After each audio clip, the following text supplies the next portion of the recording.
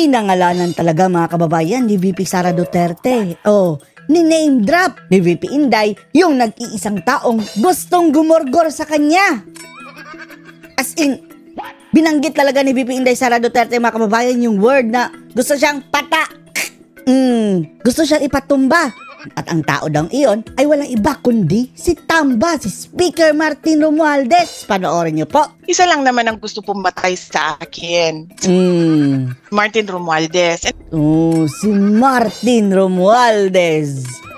Galing mismo yan kay Sara ha. So ibig sabihin mga kababayan, mayroon talagang tangka. Base dito sa pagkaalam ni Sara, etong si Tamba, pinangalanan niya, Speaker Martin Romualdez na ipagurgor si Sara. Narito po mga kababayan kung bakit nasabi ni VP Sara yan. Okay. Siguro follow up. I mean, what would prompt you what would prompt you to finally attend the committee hearings? Kasi parang as hearing din ni Tamba. I mean, the panel was clearly looking for you and the other officers from your office. At pansin nyo mga kababayan ha, andyan pa ang mga bakas ng sugat sa kanyang liig mga kababayan. At ang sabi ni VP Inday, gusto nila akong gurgurin. Office na mag-appear doon po sa committee hearings. I mean, what would prompt you? Ano yung parang magiging final straw nyo for you to finally attend and to somehow respond to the questions being raised during the previous hearings? May parang certain move ba na dapat gawin yung House bago kayo umattend po mismo? Or anything that could prompt you to finally go there? I think the most that they can do is kung ano yung ginagawa nila sa amin ngayon, diba? Dinidetain nila yung mga OVP personnel. So, yan na lang, kanina may meeting kami ng House Sergeant of Arms, pinapaalis niya ako. Pinapalaya sila si Sara mga kababayan doon sa compound ng Congress. Ayaw ni Sara dahil pinayagan siya ni Pulong kanyang kapatid ba kababayan na isa ring kongresista, may karapatan din si Pulong. Dito. And then sinasabihan niya ako, because we have to put extra security because the Vice President is here. And then I told them, sir, I am not your security problem. Correct. Kasi meron namang akong sariling security. Bayad din naman yan sila ng gobyerno para bantayan ako. So let them be na magbantay sa akin. So you don't need to worry about my security. At sabi ko sa palusot lang niya iyon dahil gustong palayasin si Sara security. At sabi ko sa kanya na sabi niya, hindi, kasi baka may mangyari sa'yo dito sa loob. Sabi ko, sir, isa lang naman ang gusto pumatay sa akin. Si Martin Romualdez. And I don't think... see? Galing na yan mismo kay Sara, ha? Sino daw ang gustong gumorgor kay Sara? Sir, isa lang naman ang gusto pumatay sa akin. Si Martin Romualdez. And I don't think gagawin niya yan dito sa loob ng House of Representatives. Gagawin niya doon sa labas. Sa labas, mga kababayan.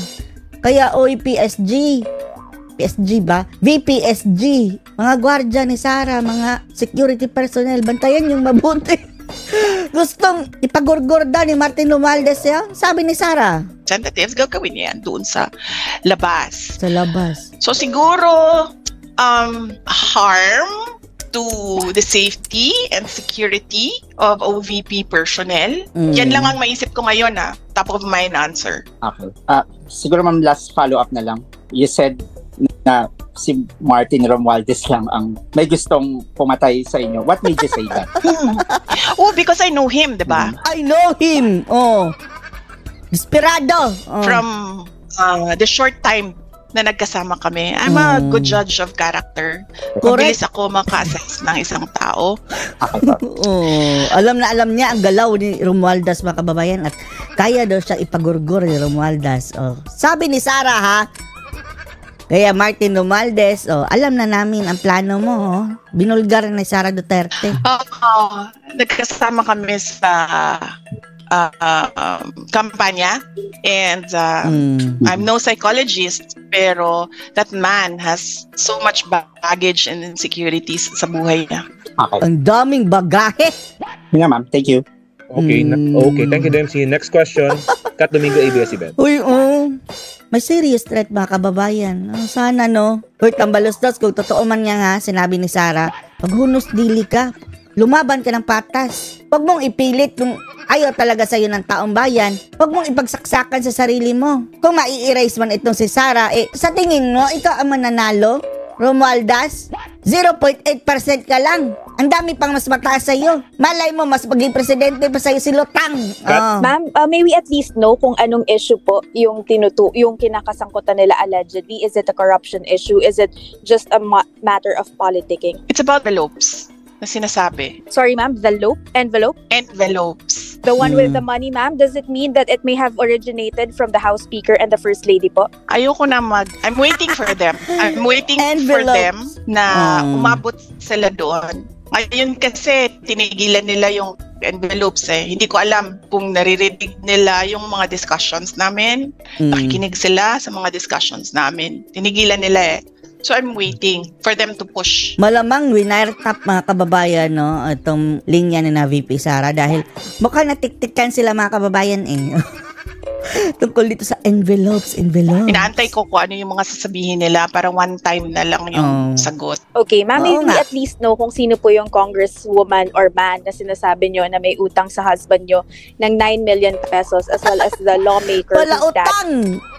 Inutangan ha, tapos inaway si Sara para hindi mabayaran ng utang. Has been apologizing to. Yan ang galawan ng mga palautang mga kababayan, no? Aawayin mo ang iyong inutangan para hindi ka na masingil dahil tapos na tayo patayan na tayo ng kandila. Huwag mo na akong singilin sa utang ko. Dahil magkalaban na tayo. Over his or her conduct and the hearings. Sit in interview mo. Better sit in. Yeah. So, hindi ko masabi kasi hindi ako nagpaalam sa asawa ko na sasabihin ko yung si Mas, pangalan. tanungin natin. Kukunti lang naman yan sila nandiyan sa Committee on Good Governance. Hanapin nyo yung may mga kaso. Tapos, ang halos lahat sila mga kababayan, mandurugas. kukunti lang din yan sila dyan na may tatay na politiko. So, by process of elimination, madali nyo lang mahulaan kung sino. Sorry, sandali lang ha. Hindi ko lang. Exclude na natin si Franz Castro. Hindi yan tatanggapin na kaso ng husband ko. Ulats si Castro sa kaso. Okay, salamat po. Okay, next question after Miss Kat. Glenn Hueco, DZWB, Jemmy Superadio. Glenn, pasok. Hi, BP, maayong gabi.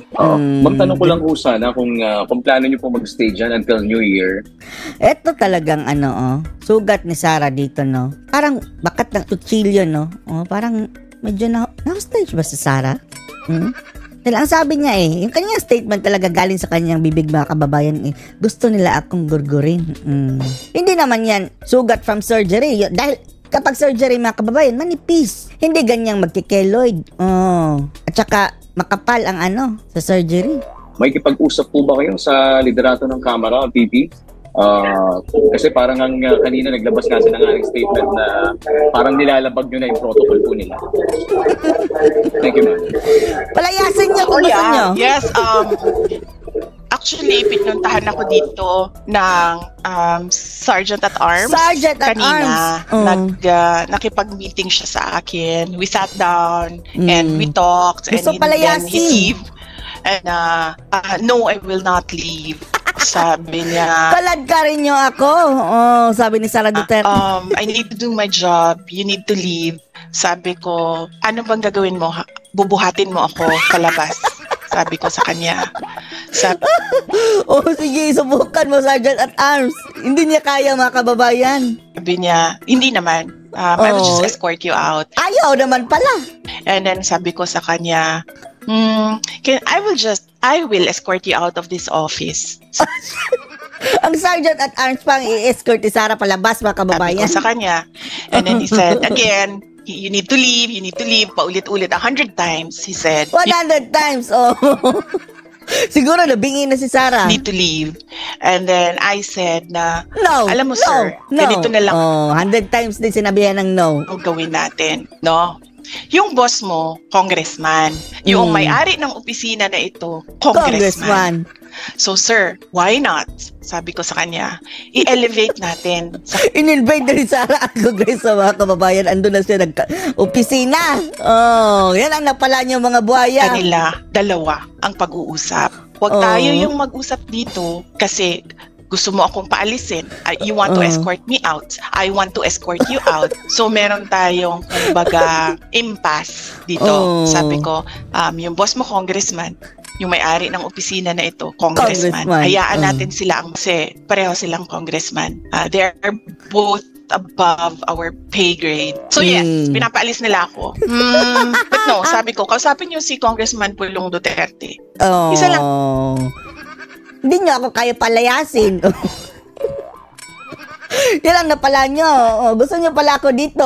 Dito na ako mag-opisina. Anong masasabi nyo dito mga kababayan? Lalo na yung sinabi ni Sarah na isa lang ang gustong gumurgor sa kanya at yun ay si Tamba. Post your comments below.